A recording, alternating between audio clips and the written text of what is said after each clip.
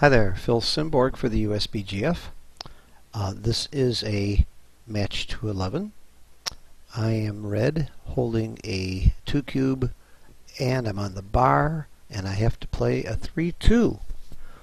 Well, I will bet you anything that I got the 2 right. You come in, of course, on the 23 point. Where is your 3?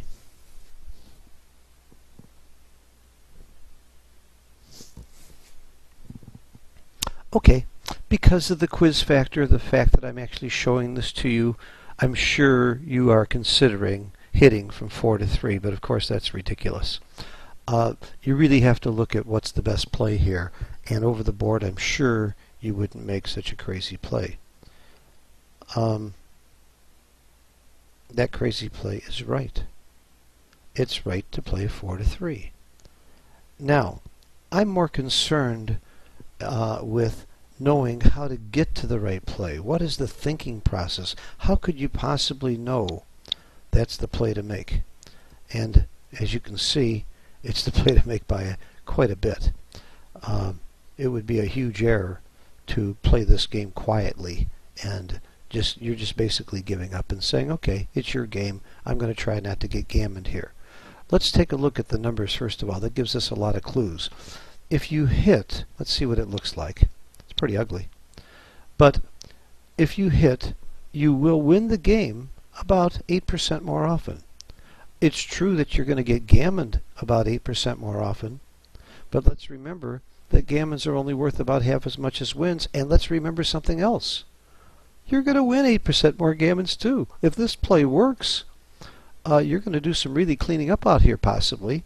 If he dances, well, how often is he going to dance? How often does he not come in? Here's a good trick for you.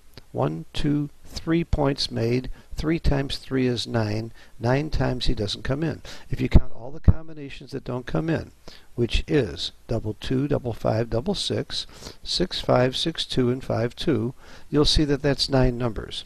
If 4 points were made, there would be 16 times you don't come in. So there's a cute little trick right there for you. But how do you come up with the right play in positions like this? Well, what we teach at the Backgammon Learning Center is to consider the big picture first. Where is the cube? What is the score? What's the value of gammons? And secondly, what is your major strategy or game plan? As you know, we have 3 major game plans: racing, priming, and hitting. Can red win a race here down 31 pips? I don't think so. Can red win a priming game here with blue having 1 checker back and being able to escape with 2s and 6s and plenty of time to do it, and blue's about to make a great priming game of his own? I don't think so. That means your strategy is a hitting game. Now there's several forms of hitting games. One is to simply play a 1-point holding game, hope you get a shot later, and that would be the quiet play here. You really are still playing a hitting game. Another is to play an attacking game right now. Start going for a blitz or attack. If you don't get hit back, by the way, aside from those 9 numbers that don't come in, we know that there are 20 numbers that hit, all 1s and 3s. Of course, there's also a 1-3 that hits twice, but there's only those numbers that hit here. There are some other hitting numbers. He could come in with a 1 or a 3. I'm sorry, 1s and 4s were the direct hits. I'm sorry. 1s and 4s were the direct hits, and a 1-3 hits twice. Let's see how it looks again.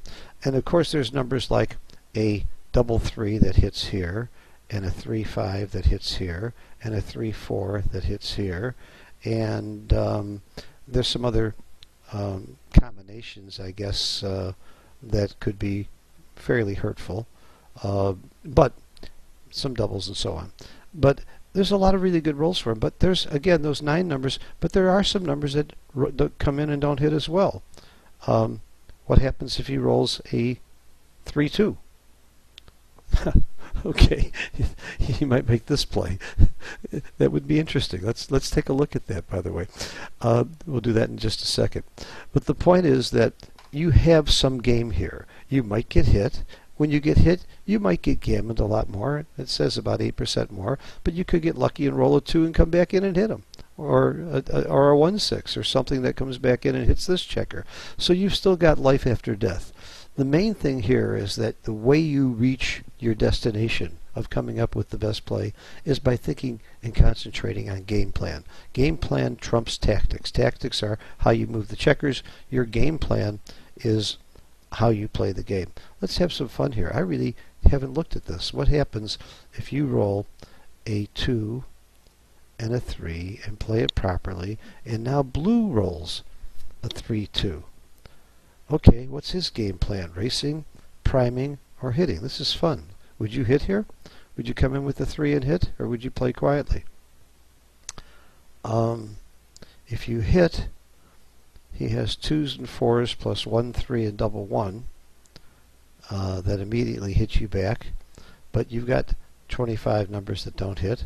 I think it's probably a little bit big for blue to do it at this point. His game plan is still, he can play a priming game. He doesn't need to break his very good prime and play a hitting game. So my guess is that you play safely and you come in with a 3 and you play 7 to 5 and clear this checker and see what red does. Let red do his best. So my game plan here would still be priming. Let's see if I'm right. And I honestly haven't looked at this.